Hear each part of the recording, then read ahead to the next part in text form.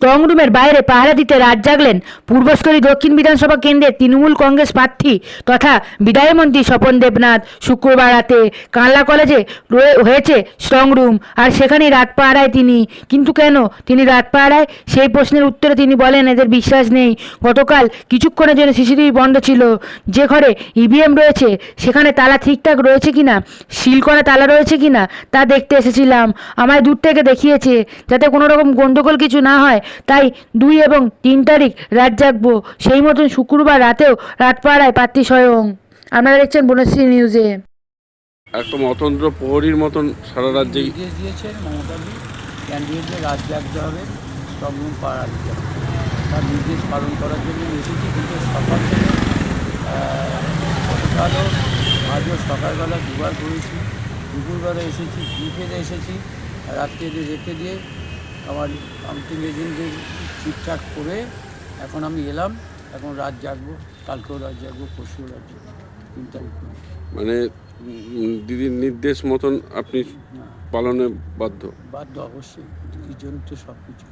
এই আজকে আপনি এসেছিলেন এবং কালকে রাতে যে গোলমাল আপনি যেটা লক্ষ্য করেছিলেন, এবং আপনারা কি আশঙ্কা আছে যে কিছু হতে পারে? এদের বিশ্বাস নেই, তাই তো আবার সন্ধেবেলায় স্ট্রং রুমে গেছিলাম নিজে, যেখানে তালা মারা আছে সেই তালা ঠিকমতো সিল করা আছে কিনা সেটা দেখে এলাম। কিন্তু আমি দরজার কাছে পৌঁছতে পারলাম না, যেখানে সেন্ট্রাল ফোর্স দরজা পর্যন্ত আমাকে পৌঁছে দিল, যেটা আমার অধিকার আছে। যারা দূর থেকে দেখলাম, কিন্তু আমি তো কাছাকাছি যেতে পারলাম, দূর থেকে দেখলাম। এটাও কী ব্যবস্থা আগে তো হয়নি কখনো।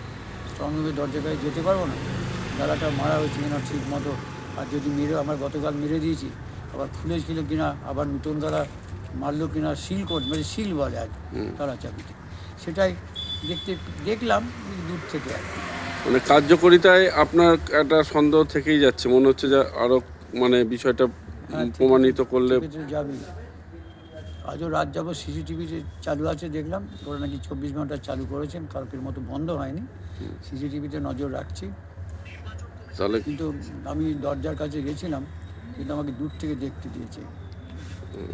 মানে আপনি সারা রাত এখানে থেকে আবার কাল সকালবেলা? কাল সকালবেলা আমাদের ছিল, থাকছেই আচ্ছা, আমি ক্যান্ডিডেট হিসেবে থাকছি সারা রাত। আর কাল সকালবেলা আবার এরা থাকবে, আমি যাবো, আসবো, এইরকম করবো।